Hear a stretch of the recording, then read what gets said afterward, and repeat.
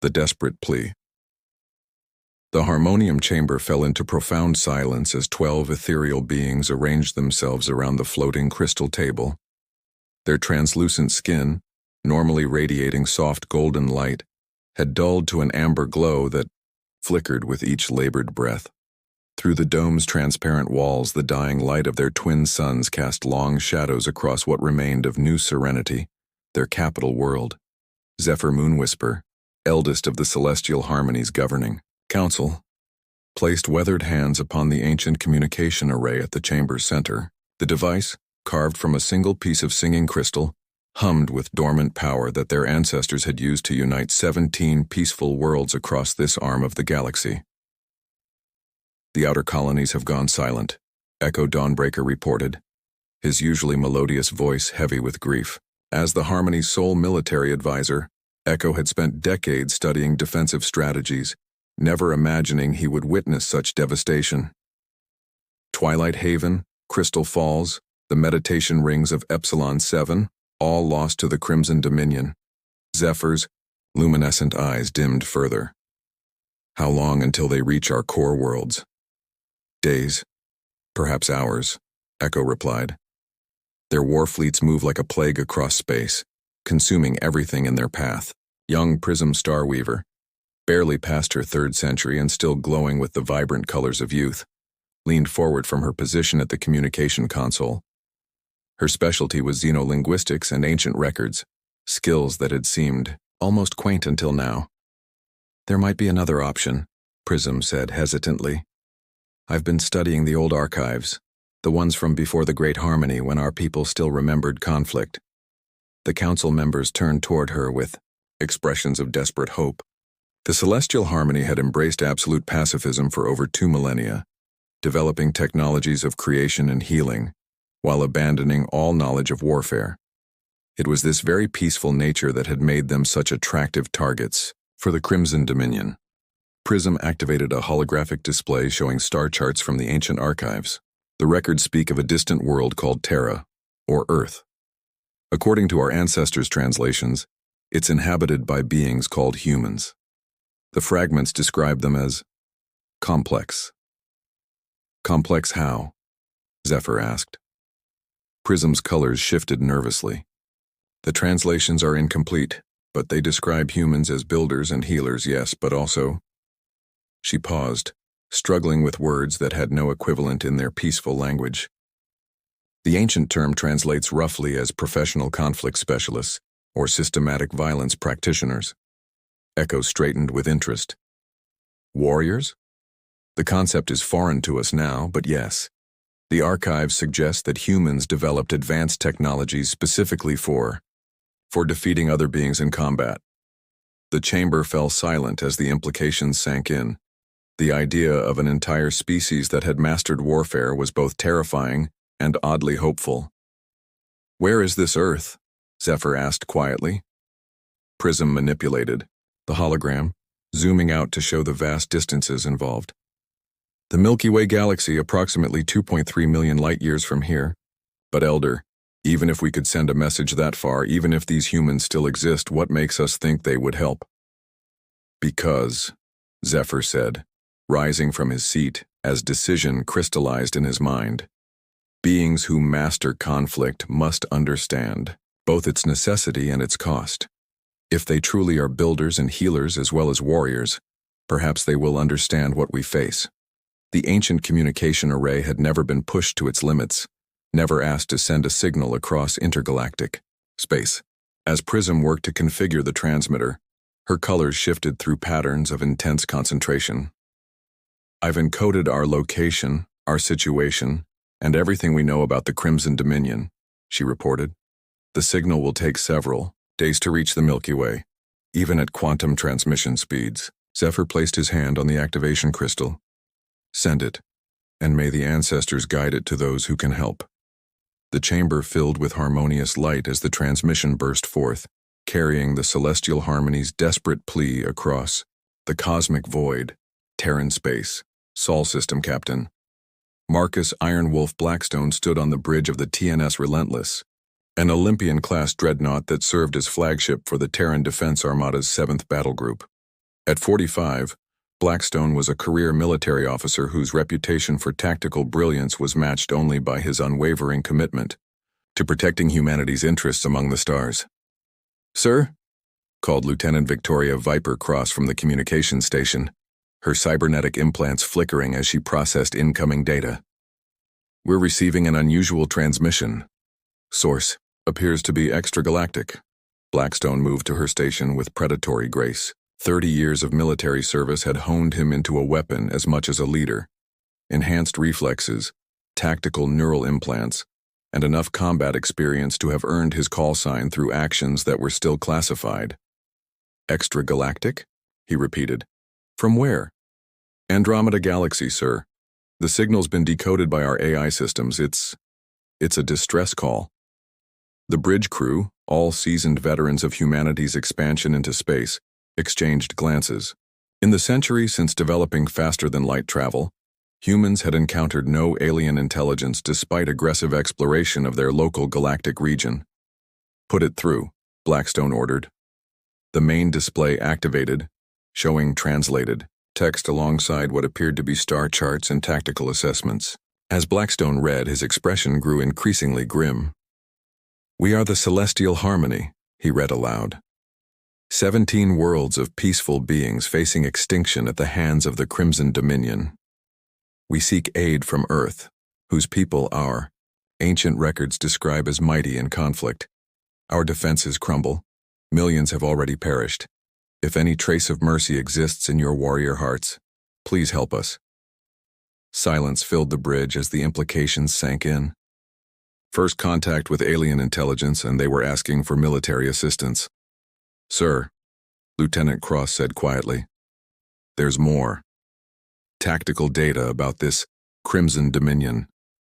If the translations are accurate, we're looking at an empire that spans hundreds of worlds and has enslaved dozens of species." Blackstone studied the data streams. The Crimson Dominion's military capabilities were impressive, but relied heavily on overwhelming numbers and terror tactics against defenseless populations.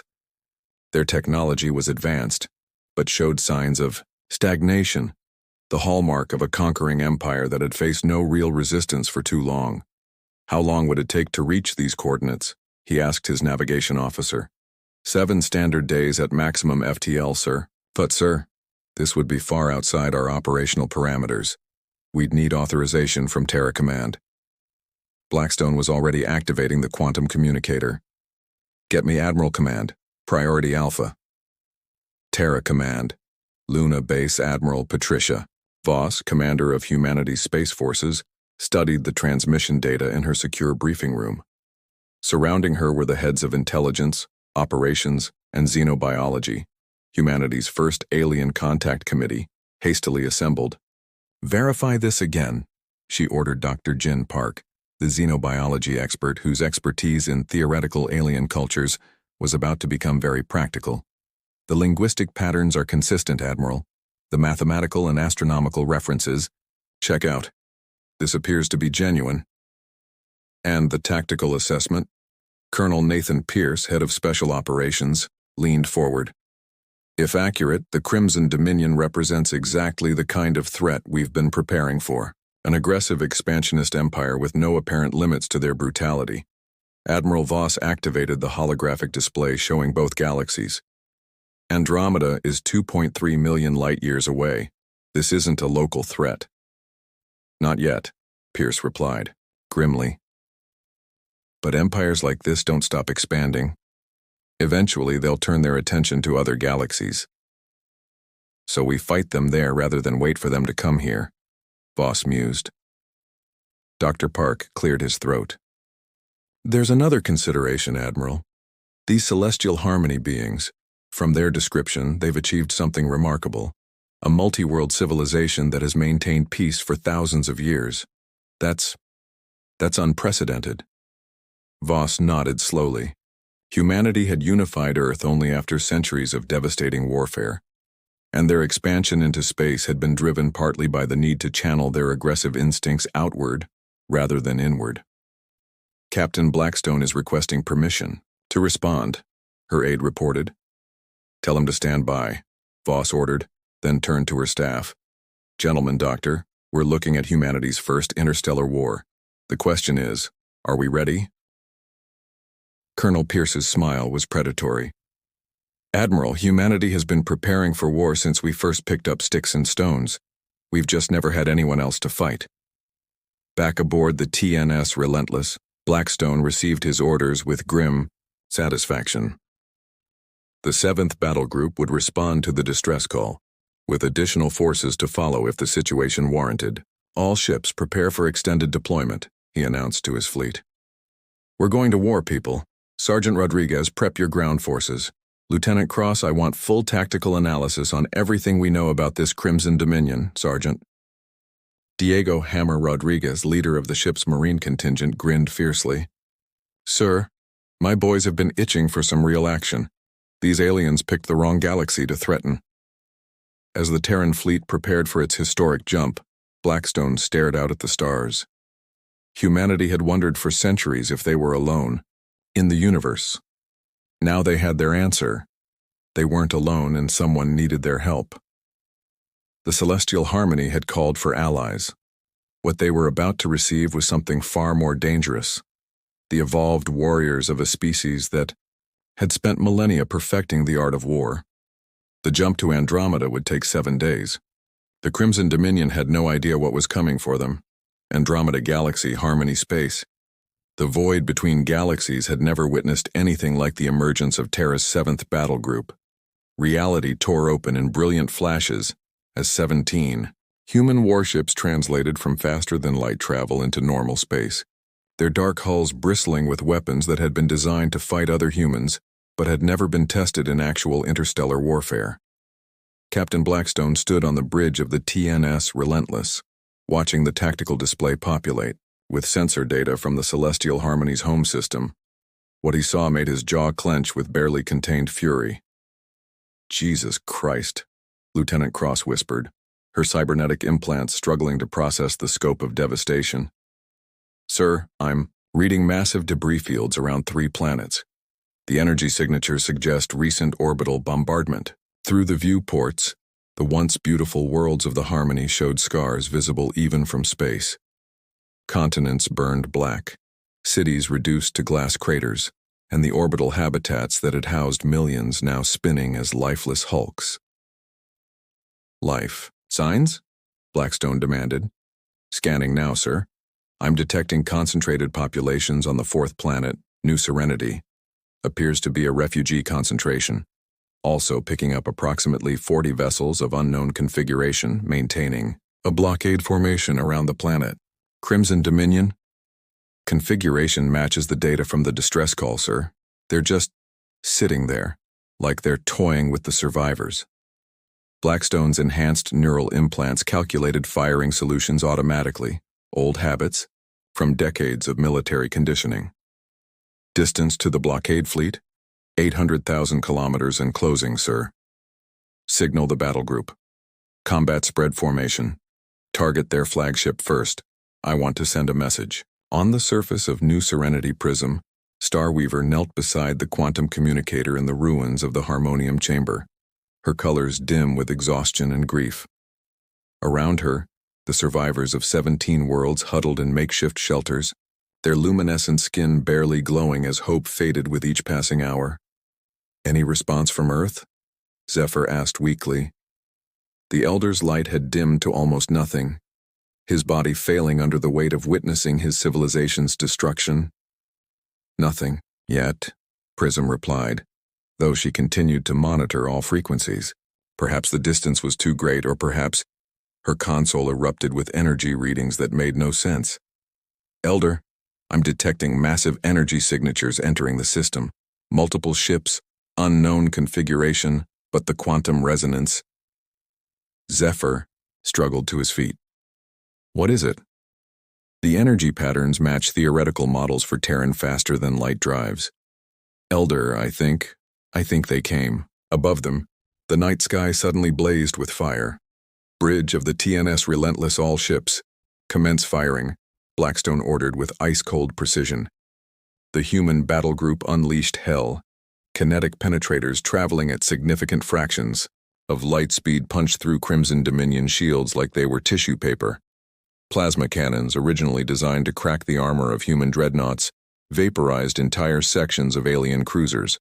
And the missile swarms, guided projectiles with AI targeting systems and nuclear payloads, turned the enemy formation into an expanding cloud of superheated debris.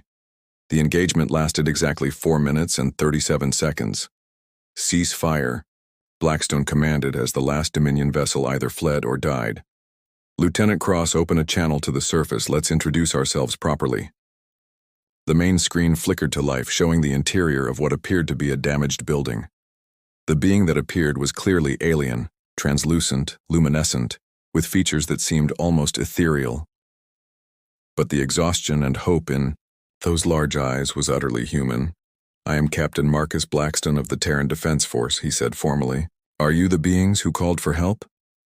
Prism's colors brightened for the first time in weeks. "I am Prism Starweaver of the Celestial Harmony.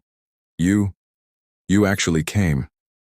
We thought perhaps the distance was too great, or that you might not understand." "We understood perfectly," Blackstone interrupted gently. "And we're not alone. Tell me, how many survivors do you have?" "Across all our worlds, perhaps 2 million, scattered and hiding wherever the Dominion hasn't found them yet." Blackstone nodded grimly. 2 million survivors from what had been a 17-world civilization. "We're going to get them all back, that's a promise." 3 days later, Terra Command Admiral Helena Steel Tempest Voss stepped onto the bridge of the TNS Harbinger, flagship of humanity's primary battle fleet. Around her stretched the largest military formation in human history, 147 warships ranging from nimble destroyers to massive fortress ships that could reduce planets to cinders. "Admiral," reported her flag captain, 7th Battle Group has transmitted updated intelligence on Dominion forces. The situation is worse than we initially thought. Voss studied the holographic display showing the Andromeda Galaxy's local region. Red markers indicated Dominion-controlled systems, hundreds of them spreading like a cancer across 3 spiral arms. "How many enslaved species?" she asked. "At least 47 confirmed, sir. Some have been under Dominion control for centuries.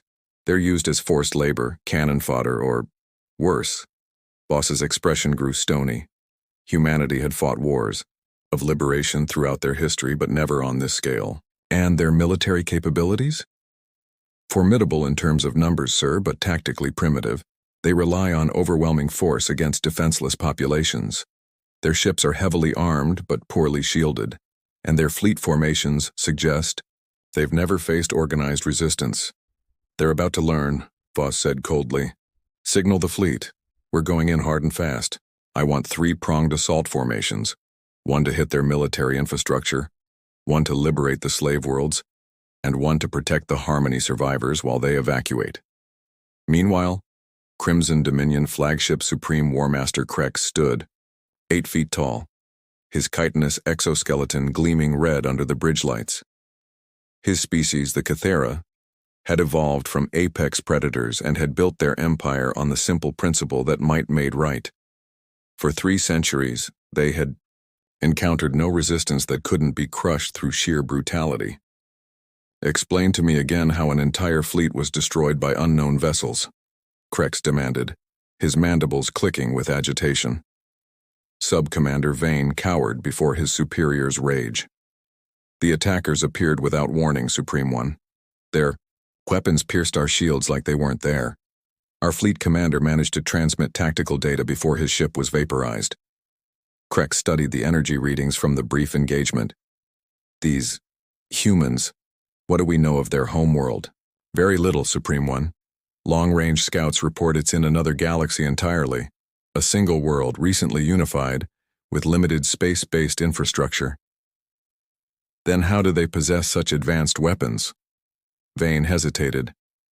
The survivors described their tactics as professional, precise, as if they had been planning for such combat for a very long time. "Impossible. No species develops such capabilities without enemies to fight." Krex's multiple eyes narrowed. "Unless, Supreme One? Unless they fought each other. For how long, I wonder?" Did they perfect the art of war against their own kind? The Dominion fleet, massive and imposing, approached in traditional formations designed to intimidate planetary populations. They found themselves facing something entirely different: human warships that moved like hunting packs, using advanced maneuvers that treated three-dimensional space as a fluid environment. Viper Squadron, execute Fenris Pattern 7. Lieutenant Cross commanded from her position aboard the Relentless. Her squadron of 6 destroyers dove below the orbital plane, using gravity wells and debris fields to mask their approach before emerging directly beneath the Dominion flagship's vulnerable engine compartments. Kinetic rounds punched through armor that had never been designed to stop weapons moving at relativistic speeds. The massive Kythera dreadnought, pride of their fleet, broke apart like a child's toy. "This is impossible!" War Master Krex screamed as his bridge erupted in sparks and flame. "How do they move like that? How do their weapons—" His words were cut off as the TNS Harbinger, Admiral Voss's flagship, appeared directly in front of his vessel. The human dreadnought was smaller than his own ship, but every line of its design spoke of deadly purpose. "Attention, Crimson Dominion vessels." Admiral Voss's voice cut through the communications chaos, translated by human AI into the Kythera language. "This is Admiral Helena Voss of the Terran Defense Force. You will surrender immediately, or we will demonstrate why humanity spent 10 millennia perfecting the art of warfare." Krex's mandibles clicked in fury. "You dare make demands of the Crimson Dominion? We have enslaved 47 species. We have conquered 3 star clusters. And today," Voss replied with Arctic calm, "you learn the difference between conquest and war." The Harbinger fired once. A single plasma lance, precisely targeted, vaporized the Dominion flagship's command section while leaving the rest of the ship intact, full of survivors who could spread word of what they had witnessed. 1 month later, liberated space. The former Crimson Dominion territory was in chaos, but it was the chaos of freedom rather than oppression. Across dozens of worlds, enslaved species were overthrowing their guards and reclaiming their homes. Human military advisors worked alongside alien freedom fighters, sharing tactical knowledge and advanced weapons. Prism Starweaver stood in the rebuilt harmonium chamber on New Serenity, her colors bright with renewed hope. Around the crystal table sat representatives from 37 liberated species, forming what they had decided to call the Galactic Liberation Alliance. "The humans have done something remarkable," she said, addressing the diverse gathering. "They didn't come as conquerors. They came as liberators, and now they're teaching us to defend ourselves." Through the chamber's transparent dome, the night sky showed a very different sight than it had a month ago. Human and allied patrol ships moved in careful formations, protecting the rebuilding worlds while former Dominion territories declared their independence one by one. Captain Blackstone entered the chamber, his military uniform a stark contrast to the flowing robes of the alien delegates. But his presence was welcomed. Humanity had earned its place at this table through blood and sacrifice. "Captain," Zephyr said, his elderly features bright with gratitude. "What word from the outer systems?" "The last Dominion strongholds have fallen," Blackstone reported. "The Kythera High Command has retreated to their home system, but they're no longer a threat to anyone else. Your people are free." A being that looked like living metal spoke up, representative of a species that had been enslaved for over 2 centuries. "And what happens now? Will Earth establish its own empire here?" Blackstone shook his head firmly. "That's not who we are. Humanity came here to fight tyranny, not establish it. We'll help you rebuild, share our technology, and stand with you against future threats. But these are your worlds, your decisions." He paused, looking around the chamber at the diverse gathering.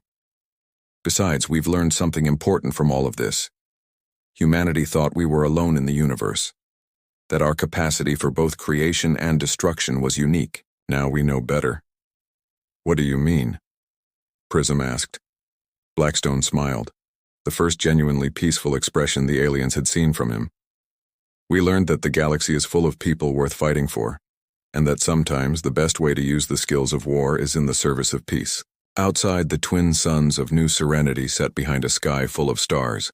each one representing worlds that were free because a distant planet called Earth had spent millennia learning how to fight, and had chosen to use that knowledge to protect rather than conquer. The celestial harmony had called for allies. What they received was something far more valuable: brothers and sisters in arms, ready to stand against the darkness wherever it might rise.